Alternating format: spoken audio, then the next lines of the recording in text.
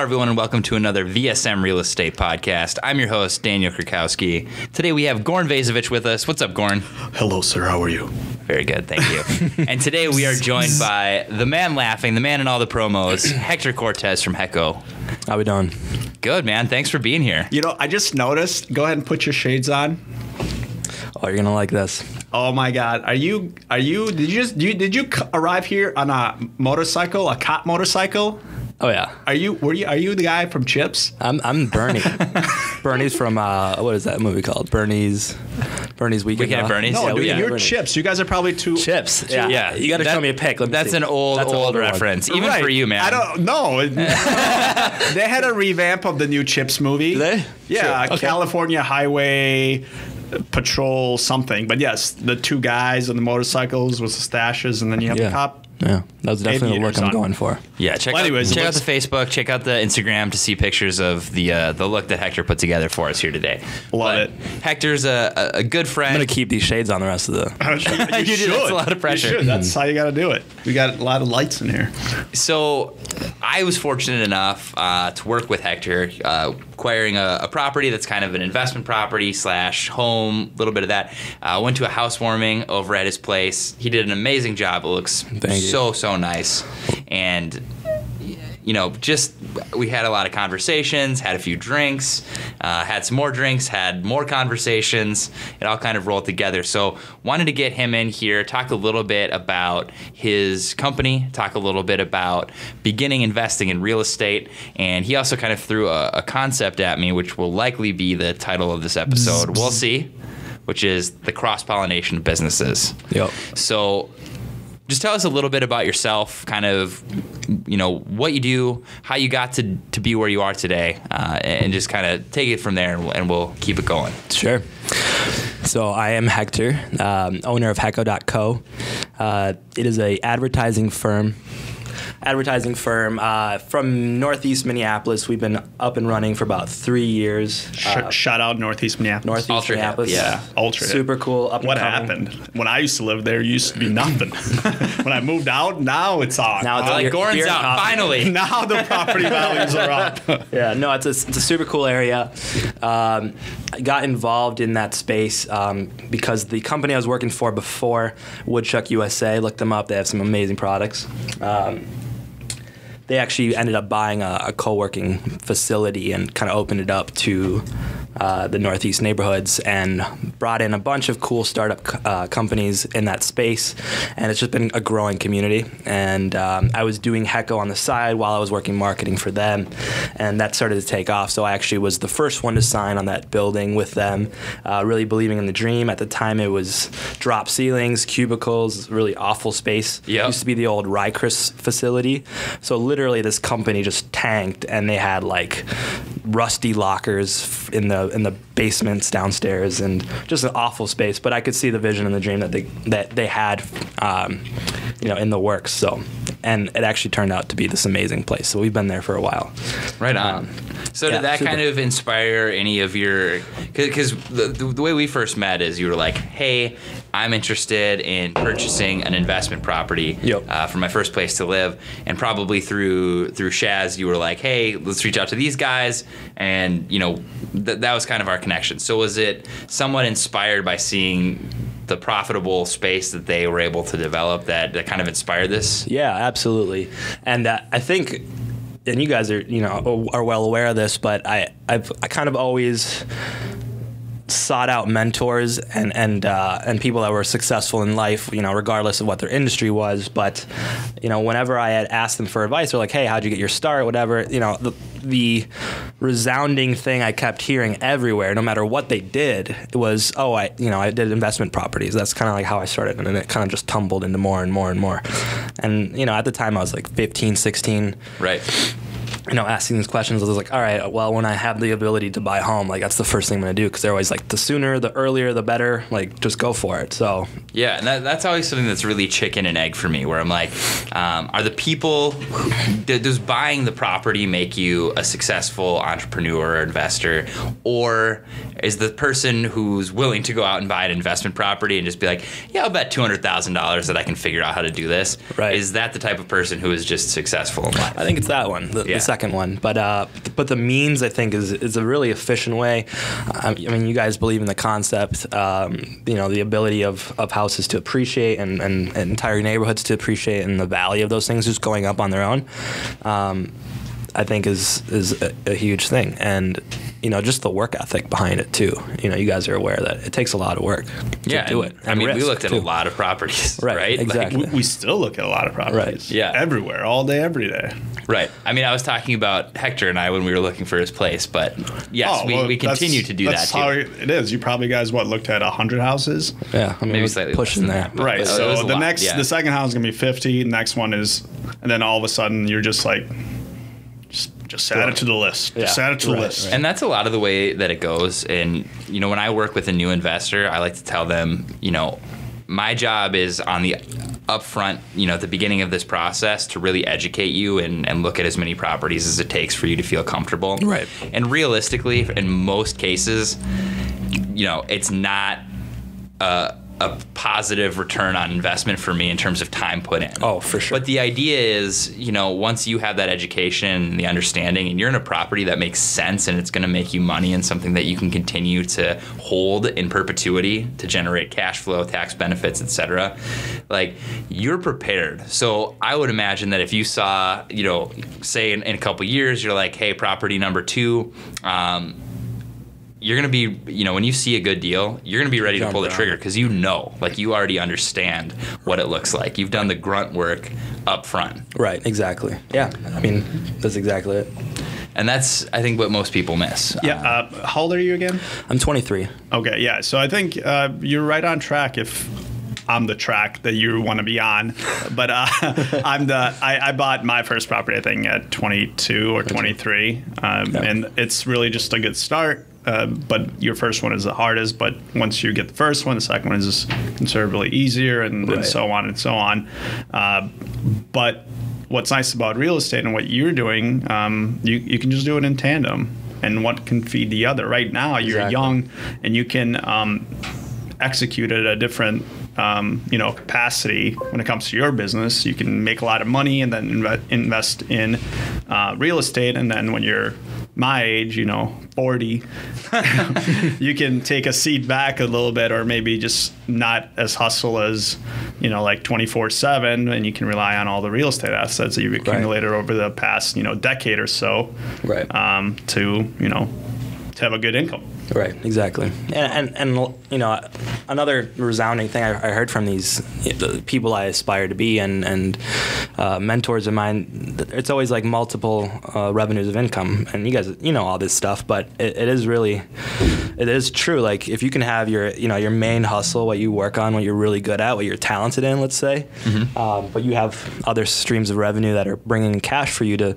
live a certain lifestyle and to grow your net worth. I think it's huge. So I'm always looking for opportunities, and that brings us into the cross-pollination of industries. Is, once you start jumping into these, there's a certain winning formula per se. Right. That kind of applies to all of it, all the different sectors. And I started noticing this when I was doing real estate is, the way that I'm developing out this property that we went into and how we're enhancing it and the touches of design and colors and like you came over and you saw the fireplace we built. That was very intentional. Yeah. And I'm coming from a marketing side of how we built out this property, because really when we go to sell this place or when we go to rent it out, there's a certain way that it should look or feel for that tenant coming in that I think would maximize our profit. And that's kind of the eye that I take, is like, how can I market this property and how can I build out things now that are going to be really appealing to that up and coming renter that's going to come through in about a year or two when we're out of that space. Yeah. And a lot of business is just creating the best customer experience possible relative to the price. Right. So if you can do something like, and if you're going to invest something into the exterior of the property and you can create like a cool, common kind of living area like you guys did, there's benches and a really nice fire pit.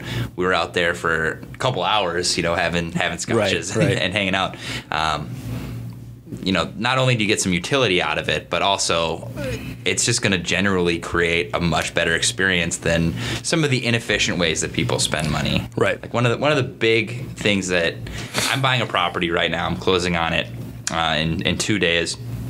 And one of the issues is this guy bought a house. He paid a little bit more than he probably should have.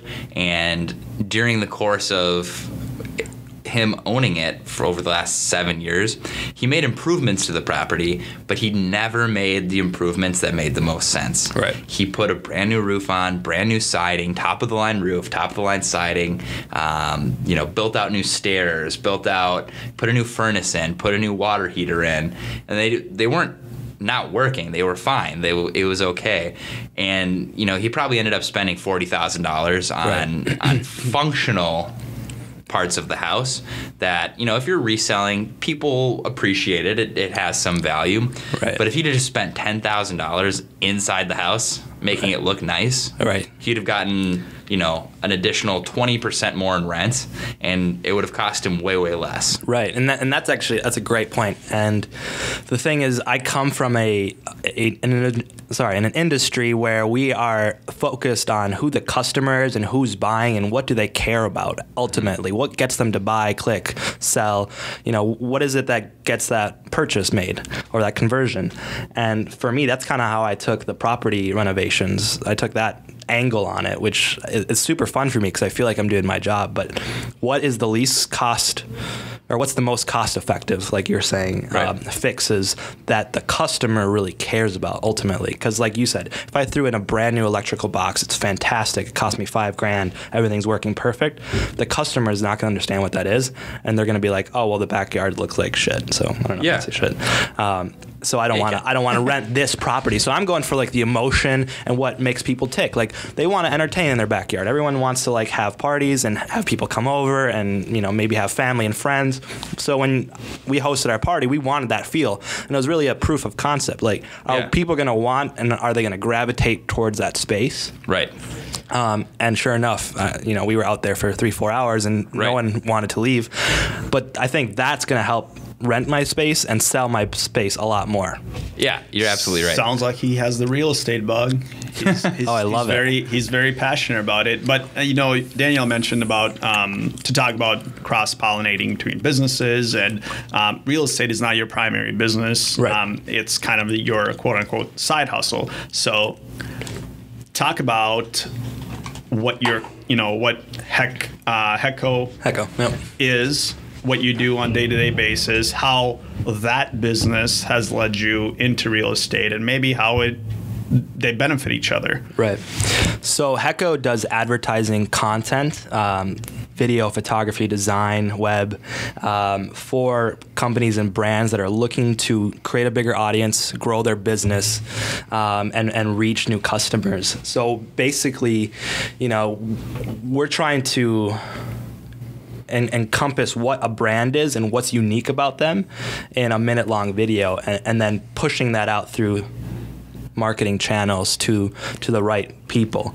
So it's really tough to do that because, for an example, we're working with Crave right now. Mm-hmm. So it's really about distilling what is Crave the restaurant to a customer, and who is really going to appreciate what Crave is about the most. Talk about Frank and Andrea. That's a great example because they're completely different animals, right? Right. So Crave's target market is 50-year-old women, and they're the leader of the pack. They are? Yeah. Oh, you didn't know that, but if you go there, that's who you'll see mainly, and it's really interesting because I didn't know that. That's why Billy's always at Crave. No, but it's true, and they know it too. You're welcome. So it's leader of the pack moms that are the trendy ones, that are the cool ones, and they bring all their friends. Their 6 friends for brunch and for dinner, and that's the space to go. So it is designed in that way. So when we came in to do video for them and advertising for them, we're looking at, okay, how do we capture that feel? How do we appeal to them? And then where are they as far as on social? Is it Facebook? Is it email? Email is huge for that demographic. Oh, yeah. Because they're used to it. It's the professional, at work, they'll open up and, there's a Crave coupon, and look at their new video. It's going to tell me about their brand. So you really have to be specific with how you approach each company. And then as far as real estate in that same spectrum, how I'm approaching it is like, okay, this is like real estate is a great way for me to push myself from a marketing standpoint as far as appealing to people's tastes, right? And I was kind of saying that with how we built out our property and how we renovated is really I want to appeal to the next person that's going to buy this, and I'm assuming it's going to be someone in their 30s. They're just starting into real estate, so I want to create the space and market to them. So I'm not necessarily doing everything I like. I do enjoy some of these things that I'm creating, but it's really about what are their tastes and how am I going to appeal to them in a way where they're going to want to put down cash, and we're going to be the property they want. Yeah, because we had that. When we were looking at properties with Daniel, there was a really cute duplex in West 7th, and it was all ready to go. The cabinets looked cool. Everything was fresh. It was the one we wanted. Right. And it was the one everyone wanted because they had 15 multiple offers and right. 2 days on the market. Yeah, it was crazy. Right. So what I do when we had our house is like, how do we become that property when we go to sell? Like, how are we the ones that everyone wants? Because that's when you're going to maximize your profit on it. That's when someone's going to come in and maybe overbid because they really like, the aesthetic and what's going on in that space. And I think that's how you can maximize your investment. Yeah, absolutely. I mean, I kind of go about it a slightly different way with a similar result. But I don't care what I live in at all. Right. I could live in... I can attest to this. I almost said to a victim from his own place. I could live in an 8 by 8 foot, square box with no paint on the walls, anything like that. So basically, I just live in It's not about where you could live. It's just about... I will live in a place, and then when it's time for me to move, I will make it nice for the next person. Right. Yeah, I mean, that's my style. Right. I can't help it. Sure. I just know I'm not going to take care of it the way that I should. We know, hey, we've already made our peace with the office and your place, so we gave up that fight.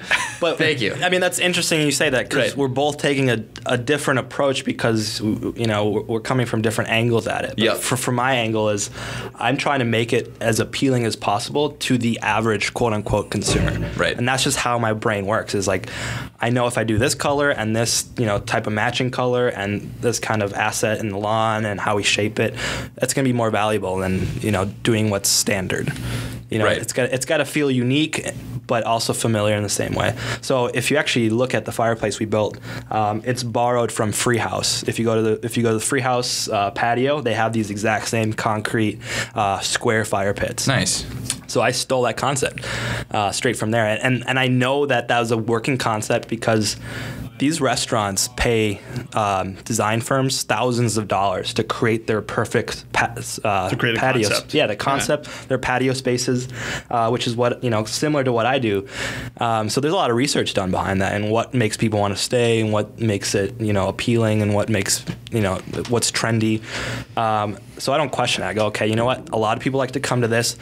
The people that are coming to this right now are 24, 25. So when I want to go sell my property, they're going to be about 30, and they're going to really like this stuff because someone already did their homework. So that's exactly what I built in my backyard. And those people who are there right now are likely going to be tenants too. Exactly. So that's an important consideration to make. Yeah. So it works on both sides. Right.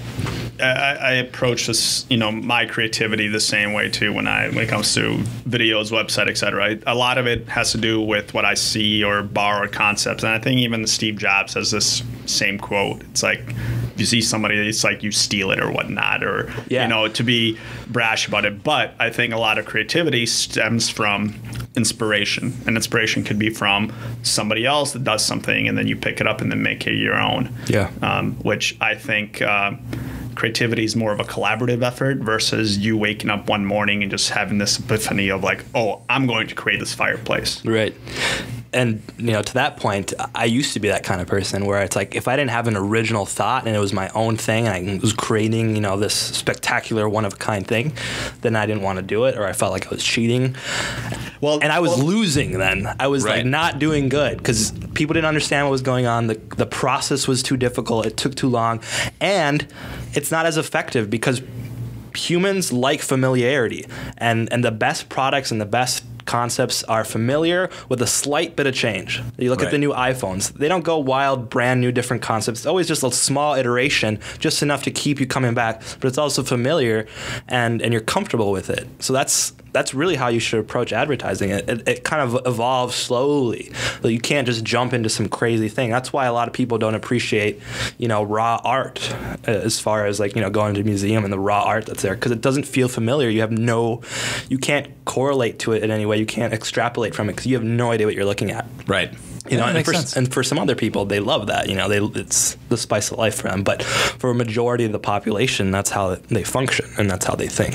So I wanted to just pull up that Steve Jobs quote where he said, "We have always been shameless about stealing great ideas." Yeah. And arguably the most innovative person of our generation, if not all time, when it comes to technology and stuff. Right. He says this quote, and it does hold true, especially what you were just saying, where people are they gravitate more to what they're familiar with. Right. I think in a lot of ways, life is kind of a race, at least in the business world, where you have a finite amount of time to get whatever you're going to accomplish done. And for example, the learning process, say, you're a real estate investor. Okay, I want to first understand enough about the market and about real estate investing to go buy my first property. And then I have to understand and learn about operating that property. Then going forward, I have to find opportunities to find additional properties. And I need to grow infrastructure to find additional properties. And then I need to see, am I going to get into commercial real estate? And then I need the infrastructure, and you kind of go through the same process then. Then should I be developing these large commercial properties? Like, there's just a natural evolution. And the faster that you can accumulate knowledge, the better off you're going to be. And if you're trying to work out each of these concepts individually on your own, based on your own experience, you're going to have a hell of a time. Right. I mean, what's allowed science to innovate and progress so rapidly is that, not everyone's having to learn solve and discover the quadratic formula every time. Right. Okay, we already have the quadratic formula. Let's use it, plug it in. Now we can go on to the next thing. Right. And someone who may have been at the end of their career who discovered the quadratic formula now puts that at the beginning of some mathematician's career who can spend the rest of his career moving beyond it. Right. So we need to think about accumulating and acquiring that knowledge as quickly as we can. Yep. And business concepts, creativity, a lot of that is stuff that we're learning and can apply to that same. So a lot of people don't. There's really nothing that's truly 100% unique or original that any one person can come up with. Again, it's a result of you living in like a society, right? And that's where that creativity. Even when you mention formulas or technology or paintings, and I read this in the Innovators book, where it's hard to pinpoint that one individual that created the internet, right? It was the accumulation of all these different people, all these different resources that came together in order to get to this next level. Mm-hmm. So if it wasn't for this person to add this much to it, it wouldn't have happened. Right. So a lot of that, when you say, oh, I wanted to create an original idea, chances are a lot of what you think is an original idea is actually a takeoff from many other ideas that have somehow intertwined or intersected in your mind or in your world.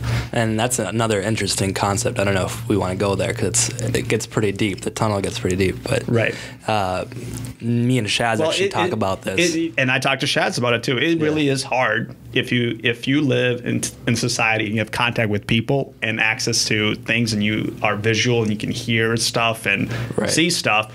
It's very hard for your brain to come with a truly original idea, because subconsciously you already somehow ingested that, and now you're just saying, oh, it's original, but it's probably from a situation that you came across that somebody else put forth. I think we just missed shout out Shaz Khan, so let's get that out of the way. All right. Now we're ready to move forward. Okay. So in your opinion, because a lot of real estate is essentially marketing in some degree or another, right? And I think most businesses are to some degree or another. It's always selling. Right. And when you're a business owner, I think that's when you really realize it, when you have your own business, that you have two jobs, right? You're always whatever your business is, and then lead generation. Mm-hmm.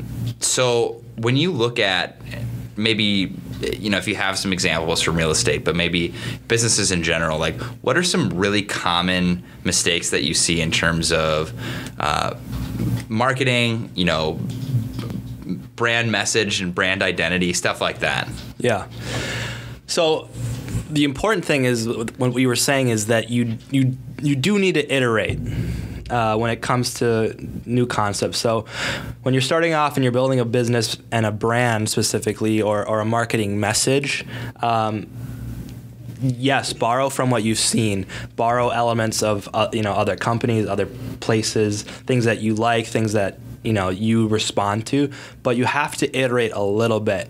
And the issue with some of the clients that I see is they'll actually go back to like an older time. Most of these business owners that I work with are 40, 50, and they've responded to an older style of messaging, and it's always like the car salesman, we got a sale, like come on down. And that stuff just doesn't work anymore because it's been beaten to death. But when people, it's funny that you say this, but when business owners want to market, that's like the thing they go to, like as far as their messaging and how it's worded, and it's always like very used car salesman-y, and it's super cringy, and it turns off people because it's so overdone. But for some reason, I don't know if it was some people in the 60s or 70s, like that was like the way they advertised, and it was original then, and it worked really well because it was like a surprise, like, oh, we got this deal, 60% off, big bubble sign outside. That I think just stuck like in people's minds, and that's what they think of when I think it makes sense to most people because they think, okay, I'm creating value, right, and I also have a call to action, and that's, and I mean, limited time. Now you're really sophisticated in the average person's mind because there's urgency. Yep. So, I can totally see why people think that. Yeah, that's what they gravitate to, which is fine, but the problem is that the market is so saturated with that type of style where everyone's just kind of jumping at you and, hey, look over here, and everyone's trying to grab your attention. You become numb to it. You become numb, exactly. So your mind will actually turn that off. And now when you see 80 of those, you won't remember a single one because it actually misses the point. By being so loud, you actually blend in. So it really, for me, my like high level marketing concept is do exactly the opposite of what everyone else is doing. And you hear that a lot, but that's kind of what I believe to the core. But then all the people that are doing everything that opposite, you're like, man, now I'm getting drowned in, which is why I think it's good because it keeps creatives on their toes to stay innovative and on the forefront of the industry. The long gone are the days of like Mad Men when a guy creates or a girl creates a great ad and that's like what people see. Now all this information, and especially ads or advertisements, are coming to you or at you at 100 miles an hour. So it's like you spend all this time like, hey, now I'm gonna put it out to the world, and you're just like waiting there to get a response. Meanwhile, there's like 100 other ones that come in just as quickly. Yep. So how do you stay, quote unquote, ahead of the curve, or what do you do to combat that? And before I let you answer, one thing that I try to do, or what we try to do at VSM, is really just increase the frequency. Outpace somebody else that's doing the same thing by volume. Right. Yeah. I mean, that's one approach. An example for you there is that the party that we missed. So Bridgewater, if you guys don't know, hosts a big gathering. Bridgewater is a bank here in Shout out to Bridgewater. Shout out to Bridgewater. Yep. They have an event that they bring together the people that are involved, their stakeholders, people in the banking community. And anyways, I missed the event, but I saw it through VSM because you guys did a blog. And boom, we did stories, we did vlogs. Right, we did, exactly. So what else do we do? I don't know. I think we tackled people on the street. We did. Yeah. Yes. Some guerrilla marketing. Right, sure. Yes. Which is fantastic. So, the frequency thing, you guys were there, so being there is also effective, and then just being able to match the quality, which you guys are doing great, make sure it's quality stuff too. I mean, you guys are putting some real effort into what you do. And at the end of the day, you have to put effort into it. It can't just be a passive thing. Like it's got to be what you're about. Yeah, I appreciate you saying that because that's kind of, again, I don't see myself as some genius creative guy, and you're more so in that realm than I am because you're creating this, for Crave, you're creating an entire concept, the video, all that stuff. That's not something that we do. We only do it for internal purposes to promote our brand. Right. But really what I tell everyone is like, hey, don't worry about being a creative agency. Just worry about documenting what you do every single day. Right. So you don't have to be like creating something. You're just documenting, saying, hey, here I am at a closing. Here I am at this networking event. Right. Here I am learning something new about real estate. You just report that. Right. You don't need to do anything that is on your level where you're, okay, how do I get X customer to buy X product? Right. And what is the mindset behind that? And it seems very easy and simple, but most people don't want to do it or just don't have the time. Right. So that's a challenge for multiple people within our organization to have access to our social media accounts and just be encouraged to, hey, if you think, or just every hour or so, just say, hey, what am I doing that could be documented, that bring value to my organization, and just do it. Right. I think people have, their experience with marketing tends to be exactly what you said. So what you were identifying is like hey, come on down, we have a discount. It's people competing for the very, very bottom of the sales funnel, right? People who are ready to buy right now. Right. And there's a lot of companies that understand that the top of the funnel engagement is important. People who are a year, 2 years away. And, you're getting brand recognition. People are understanding who you are, what you do, and you're building some intrigue. You're building, right? And if you're staying in front of them, you kind of become a little bit more top of mind. So when they do drop down the funnel and they're ready to potentially buy, you're the first one they go to. You're the someone they go to. But I think that a lot of times people have trouble because they're trying to compete in this area where everyone's shouting at the top of their lungs. Right. They're all fighting. There's 20 buyers and there's 200 people competing for them. Yeah. And they spend money on it and it doesn't work and they feel like they've wasted that investment. Right. But they didn't perhaps think about, or what I think is so great about talking about this stuff with you is everything that we've talked about in either of our businesses. Like when you were buying a house, I wasn't like, all right, read this book, figure it out, stupid. We're going to go look. You know what I mean? Like we took time and we had a conversation. And when you're working with clients and when you're talking to me about marketing, you'll take time and you'll explain how I should be thinking about it and getting into the nuance a little bit more. Yeah. Because, people's impulse is just to go right to that familiar, ineffective system. Right. So, I mean, I get this is turning into a, but like, if you're interested in any type of marketing or just understanding, I'd recommend that they reach out to you and just have a conversation. Even if you're not selling them something right away. Right. Like, just pick their brain, let them pick your brain, etc. Yeah. I agree. And I get a lot of people asking, a matter of fact, I had an email today, even people want to get together with me to talk about marketing strategies and what works. But I'm not in that business. Sure. And people, because they see all the stuff that we produce, like, oh, they're doing something or other. I'm like, we're only doing this because it's for like our purposes. We're not actually doing this for others actively from a business standpoint. Right. So I defer a lot of people to you or other people that are photographers, videographers, et cetera. They're in the business. So it's very important to know that, they want to reach out to somebody. Yeah, like absolutely. HECO.co. Check us out. Yeah. So, and, we met, Hector and myself, about a year ago? I think we stopped in. Was it Shaz and I stopped in? No, I think Shaz. Or he just connected us. He connected us, and we got together. We're talking about different marketing strategies, different video opportunities, etc. Yeah. That's when you expressed an interest in owning some real estate, at which point I connected you with Daniel. And, here we are now recording a podcast 1 year later. You have an investment property and your primary residence. Crazy, if you think about it. Right. So I've seen a lot of your work, and I've seen, if you guys don't know, Frank and Andrea, shout out to Shaz and Antonio.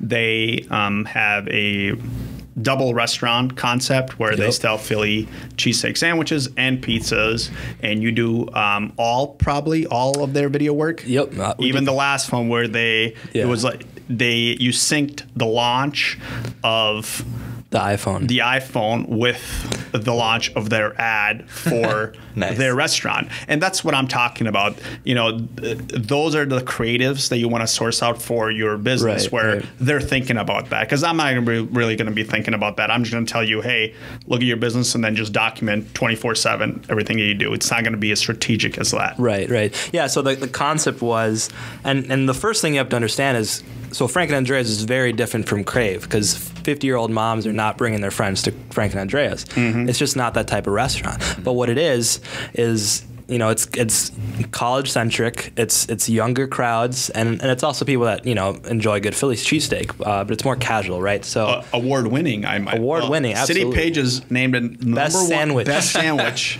in the universe. In the universe. According to the ad. The known universe. Yeah. Yes. So the concept for this video was, hey, you know, there's a lot of buzz around the iPhone thing. Maybe we can piggyback off some of the iPhone launch buzz. So we did a parody video about releasing the next version of the cheesesteak, which can be seen on Frank and Andrea's Facebook page. Yep. It might be on their website. I'll have to double check. Okay, Frank and Andrea's or Frank for Philly. Yeah, frankandreas.com. I'm not 100% sure on it. Sorry, Shaz. But no, I mean, the video got great response. We've done a lot of that style of video. It was hilarious. We did a Pokemon Go one, you know, before when that was really hot. And Shaz understands that. He understands that, like, hey, you know, you have to have content that's genuinely shareable. And that's another thing I like to bring up, where people aren't feeling like most people wouldn't share an ad unless you did it right, you know, unless there was some kind of pop culture or they found some genuine humor in it and it didn't feel too salesy.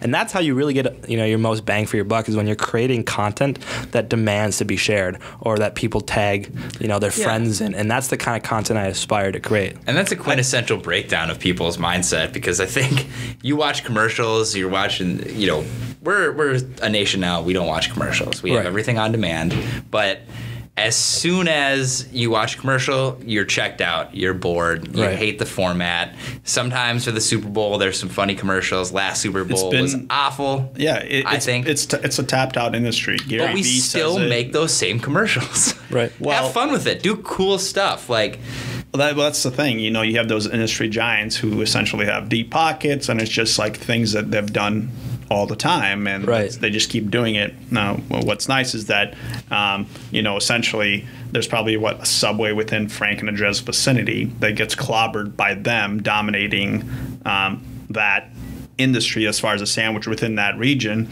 because of their great marketing. Yeah. Now, again, it's going to take a while for them to be as big as they are, but I think the fact that the videos that they create and the content they create shows how passionate they are about the product and service that they provide, which ultimately then connects with me and everybody else and say, you know what?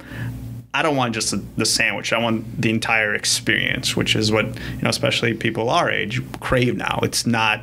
We need more. We need a lot more. Right. So you can't just have a simple commercial. Hey, stop in, buy one get one free. It's forgettable. It's not memorable. Now you have to be very creative, which I think is fantastic. Right. Brings more value to the business.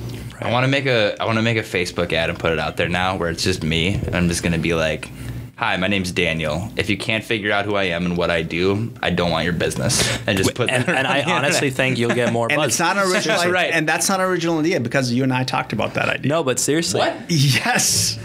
You know, the thing is, when I was in college, I was testing out a lot of these theories. You know, the whole counter against the stream as far as like marketing and whatnot. And you can apply this to like social stuff too. It's really crazy. But I remember I had, and my cousin's gonna hate that I'm sharing this story, but he was like, "Yo, bro, you know, it's gonna be my 21st birthday. Like, can you get me a party bus and like just, you know, we'll get a bunch of people on it."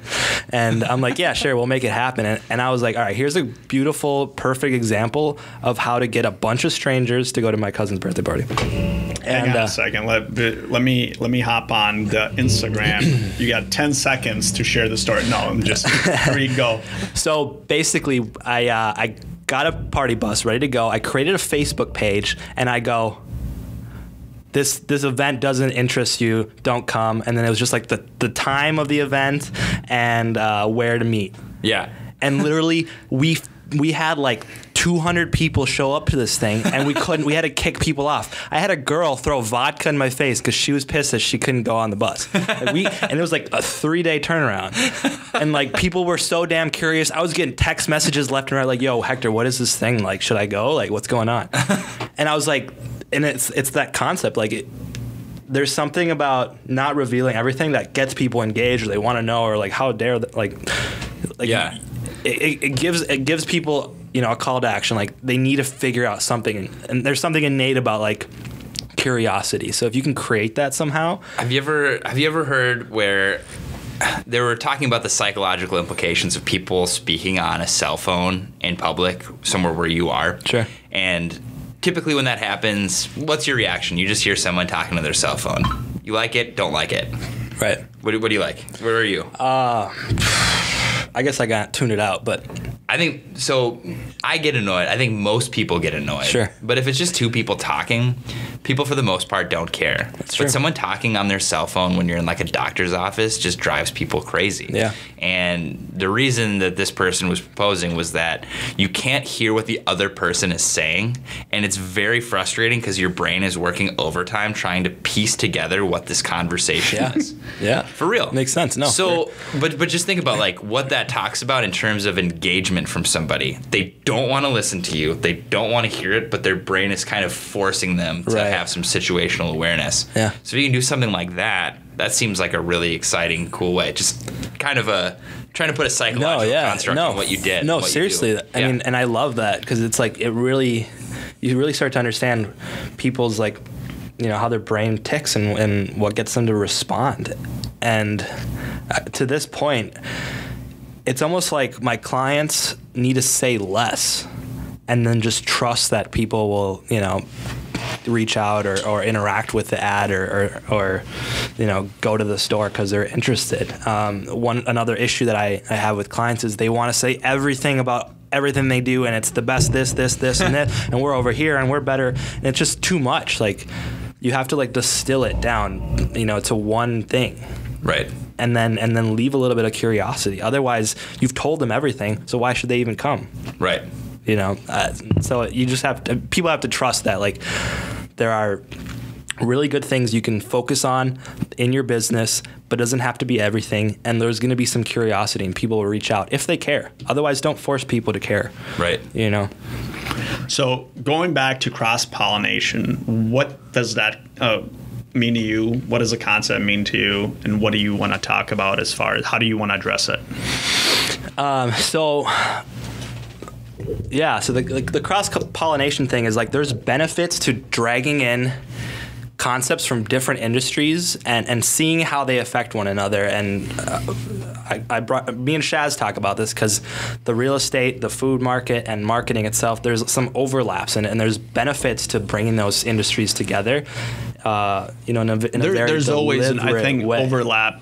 People just don't see it.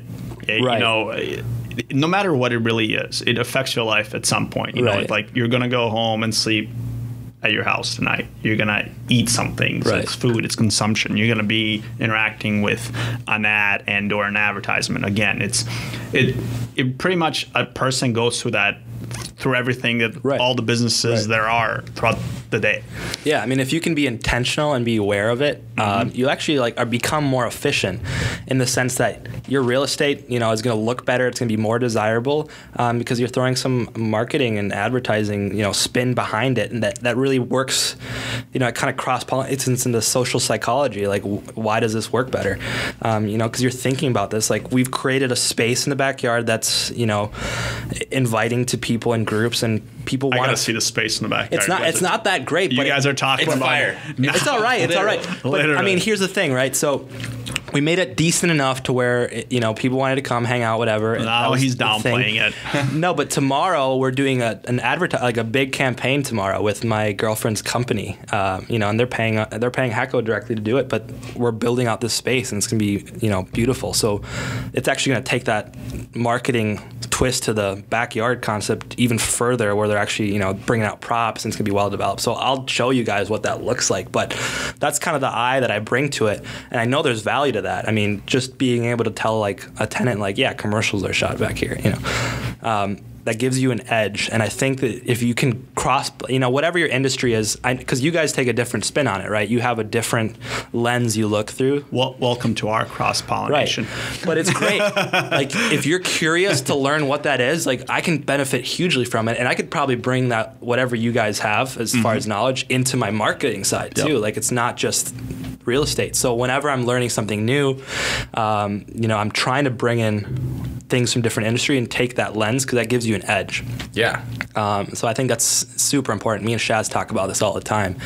He had mentioned that there's this guy who wrote a book about design and just how you should turn doorknobs and what's the natural way, because there's a lot of devices or things you buy that aren't well designed as far as how you use it. They're just not ergonomic, right? Yeah. And that'll actually affect how it sells, because people just intuitively don't like it.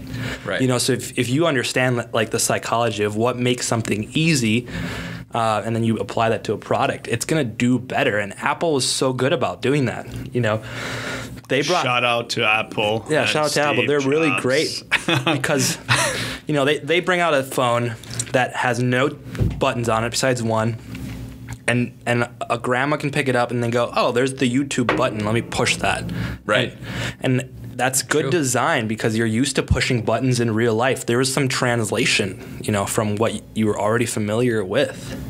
Right. No, as much as I don't like Apple products and I never use them or will use them, I definitely appreciate Apple as a company, the technology, Steve Jobs. I went as far as read the entire not a memoir, but a biography by him, because I wanted to understand the person. That's exactly what he was talking about, which makes total sense. And I like the fact that he propelled and pushed design and technology at the same time, where it's pretty much everybody in the tech field, especially phone, is utilizing all the ideas that he's set in motion. So definitely appreciate that from that perspective. And one thing that was really interesting is when the first iPod, you guys remember those before they were integrated with the phones? You actually spun a wheel. Yeah. So they were in the midst of creating it. It was always too fat. It needed to be, 1,000 songs in your pocket. It didn't need to be bulky. And the guys were like, no, we just can't make it any smaller. And then Steve Jobs drops it in an aquarium with water, and then the bubbles start coming from it, the oxygen bubbles from the iPod. And Steve points to the designer and says, you see that? He's like, what? The bubbles, there's space, so you can make it smaller. So just like that type of thinking and that mindset, right? I mean, it pushes everyone forward. Right. No, I mean, it's brilliant, and it makes a lot of sense, because Shaz was also telling me about another project he was running on, or he was working on, and he was saying that there was a engineering problem with it where he wanted the product to say 100% of this, but they were at 90%. And he's like, I don't want 90% on my box. I want it to say 100%. It was like a battery case phone. I think they still are pushing it. I'm just not sure. Squirrel, yeah. But to your point about Steve Jobs, he wanted 1,000 songs in your pocket, because saying like, hey, you can have 1,000 songs in your pocket was unheard of at that time. Right. He didn't want 1,000 songs in your hip or 100 songs in your pocket. He wanted in all of the songs in your pocket. Right, exactly. You didn't want to compromise. And that's where like technology meets the marketing, meets the product. I mean, if you can cross-pollinate these and do it intentionally, there's huge benefits to it. Yeah. No, I 100% agree. And, shout out to Shaz. He's a great guy. I think we're going to have him back on this podcast. Reason why is because he's coming out with his new book called Cancel the Noise. Shout out to Cancel Noise and Goalcast, which I think is going to be like a main facilitator of that distribution. Yep. And we're going to be recording it. He's going to be in the studio here, putting it on audio so we can put on Audible and I suppose on iTunes. But no, I think that a lot of people miss this. And going back to what you know about advertising strategy and just really interacting with millennials and how they ingest information, what are some tips, advice, or something you can offer real estate agents what they could do to differentiate themselves in the marketplace, gain that competitive advantage or edge, and or what compelled you to go with Daniel Krakowski as your agent. Here's a quick, very practical tip. Emails. If you're using emails to talk back and forth with clients, avoid automation, because that's another thing that was created to make things simple. And you're sending out 1,000 messages. It's important to have some consistency, but automation really kills the conversation with people. So if you can just take a 5 minutes extra to write out something personal to the person you're talking to, it's going to be way more effective. And find here's something I've done in the past. So when I've reached out to CEOs looking to connect with them for the first time, I try to kind of, you got to creep a little bit, see what their life's about, see what they're doing, see what they like, and then interject some of that. So do some market research. Yeah, do some market research on people and find out what they like and be intentional. And, surprisingly, people respond well to someone caring about what they like. People are very introverted. So if you can throw something in that's I take meetings like that all totally the time. Their world. I had somebody send me a box of Celsius, and I'm like, yo, whatever you need, I got you, man. Seriously, no, and it works when you're it makes you feel good. You're like, oh, someone cares. Yeah. Meanwhile, I unsubscribe to 15 emails every day. You're talking about being genuine. Auto reply means go F yourself, right? Right. Okay, to me. So if you reply back with something quick and witty, even super rigid formal emails, I hate. Yeah, that's a great one. I was just going to get into this. Yeah. So that even just the format of how you write your emails is very important. Break that mold, right? So when I was working at Woodchuck, this is a perfect example because it's beautiful, and I tried a marketing concept, and it worked. Shout out to Woodchuck. It worked exactly how I thought it would. We were in LA, and we were just looking for leads, and Ben was like, all right, get us a meeting by Monday. We were there Friday. He's like, reach out to some LA people. And I was like, okay, how the heck am I going to do this? So I went on LinkedIn, and I started typing out hey, my name is blank. We're out here because of this, this, and this. And I'm like, hold on, would you stop and open this and read this yourself? And I was like, no, you wouldn't. So why would you send that and expect that to work? So I literally was like, all right, I'm going to try some crazy stuff because it doesn't really matter. I might not get the meeting anyways. So I typed in I typed out sounds. So I was like, boop, bop, beep. And then I did a balloon emoji for the subject. And then in the message, I just go, yo, we're here for 3 days. Hit me back. Would love to connect. Dude hit me back up in 3 minutes. I kid you not. Mm-hmm. And he was like, hey, I was just browsing through my messages, and I saw this super weird subject, and I opened it up and clicked it. So I was like, what's up? And then we had a meeting with him the next day. He was the CEO, he was one of the marketing guys at 5-4 Club, if you've ever heard of them. Nice. Pretty large company. They're still doing really well. If shout out to 5-4 Club. Yeah. That's all it took. It was literally just doing something so different and so weird that actually got the attention of the person, which is what you want. But people are so scared of being so informal that they think they'll be looked down upon, I guess. 100%. But it literally works better. I 100% agree. Shouldn't you be considering, though, who you're addressing? If it's a 7-year-old guy, and you're like, what's up, bro? Hit me up. You should be considerate. DM me. You should be considerate, but then also, I think that who you are, let's say you're 18 versus you're 40. Depending where you are in the chain of life here, yesterday, Daniel was like, man, you got to dress real nice because we got this important meeting. And I'm like, hey, man, I'm the boss. I can go in there with flip-flops. No, that's... And then... I'm sorry, I got to bring this up. But anyways, I did what Daniel asked me to do. That's really the punchline, even though we didn't have to and it was relaxed. Still, what I like to do is to be as genuine as who I am 90% of the time in my life versus, who I'm not, because I want to make sure that people understand that they're doing business with someone who is going to be the same throughout. In my defense, he was dressed the day before like the garbage man's assistant. That is 100% not true, because I never dress like a garbage man's assistant, okay? And you can see right now, it's just a sporty outfit, right? Yeah. Just like you. Hey, bam, look at Daniel. He's He's once again trying out for the second year in a row for Bosnia's Got Talent. Okay, first year he couldn't get the cut. Hopefully this year he'll be good to know. But anyways, just going back to, I think the punchline is really just being genuine, right? Right. Daniel, would you agree? I agree. So. Nice thing about Daniel on the phone, whenever I've had a chance to listen to him cold call from day one to 2 years later, and the reason why he gets through and people call him back is the fact that he has such a genuine, not just voice and tone, but the narrative of the conversation is not scripted and it's very engaging. Yeah. So that's exactly. So if you're doing emails, so back to the tip, if you're doing emails, break the mold. Don't have your, dear whatever. Like, just start it different. Say something a little bit different. Don't give out all the information. Don't list out the 12 services you can provide, because people will turn you off immediately. Just be like, hey, I'd love to connect over this. Period. Or throw an emoji, do something different. Give yourself a sell test, because who wants to be sold to? Right. No one, right? And then you ask yourself, is this email selling someone something? Right. And if it sounds like it is, then most likely you're not going to get anywhere. Right.